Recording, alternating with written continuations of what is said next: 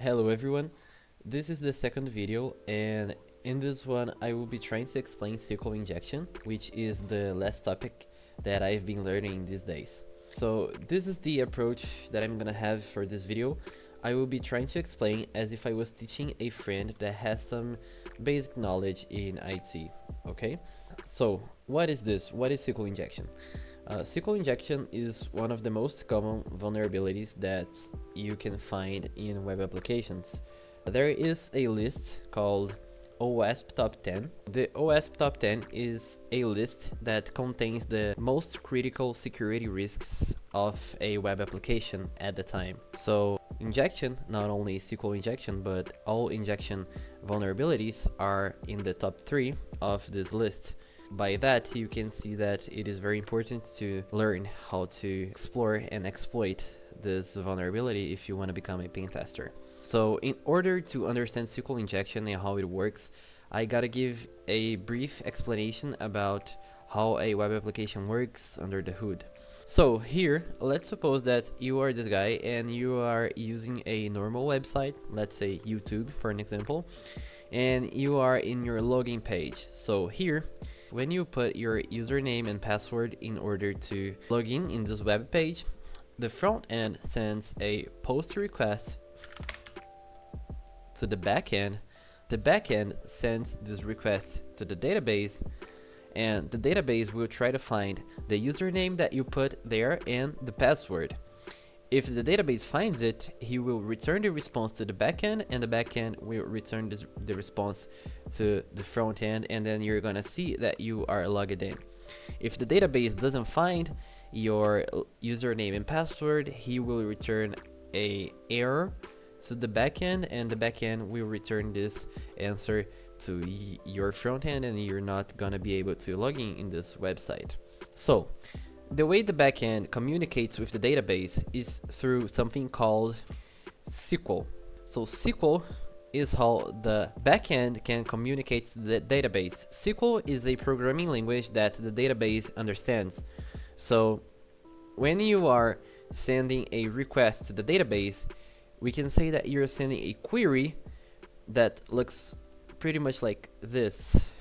This is the structured query language that the database understands. So now that we understand how a web app works, it's time to understand how the SQL injection works. So SQL injection is when you as a normal user can manipulate a query like this, and you can manipulate the database and make it return some secret information, something that could compromise the security of that application.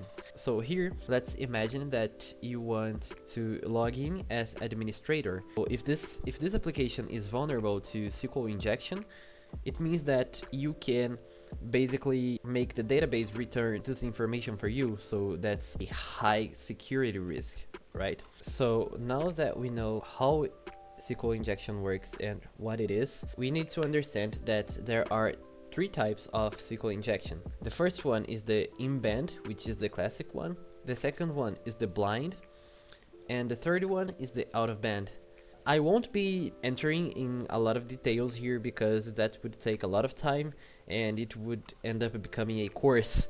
So I'm just gonna explain that the classic one is when you are trying to exploit the SQL injection and the web page returns the error for you where you can see. So you can see the error in the web page itself. So it is the in-band, the classic method of SQL injection. The second one is when the error message is not sent in the web app, so you have to look for it somewhere else. So for this one here, you have 2 ways to exploit using the union method or the error method. In this one, you can use the boolean method or the time method, and here in out of band, I'm gonna be honest here that I don't know how to explain this one. Okay, so I'm gonna show some commands. So now I'm gonna make some hands-on just to see in a real environment how that works. Here, this is a lab, I already solved it, I just wanna show in the video. In this lab, we have to log in as the administrator user. So if you come here in my account and you just try to put admin and 123 like password, you see that valid username or password. But if you use this command that is right here, or 1 equals to 1, which is a true statement, and comment the rest of the query, it means that the username is true. So if this website is vulnerable to SQL injection like this, what this will do is, or 1 equals to 1 will be a true statement, and will make the query to the database, and the database will make me log in as the administrator user, because this is a true statement. And this here comments the rest of the query, so it will ignore the password. So that's how we can solve this lab. This is a beginner lab. So I know that this whole process sounds a little complicated. I don't even know if I explained this the right way, but if you understand the concept and if you want to know more about it, you can contact me, you can talk to me, and I will give you the material that I used to study this topic. Okay, so that's it. I hope you enjoyed this video. If you watch it until here, probably next week I will be posting another one in another topic, another subject. Okay, so that's it. Thanks for watching, and see you in the next one.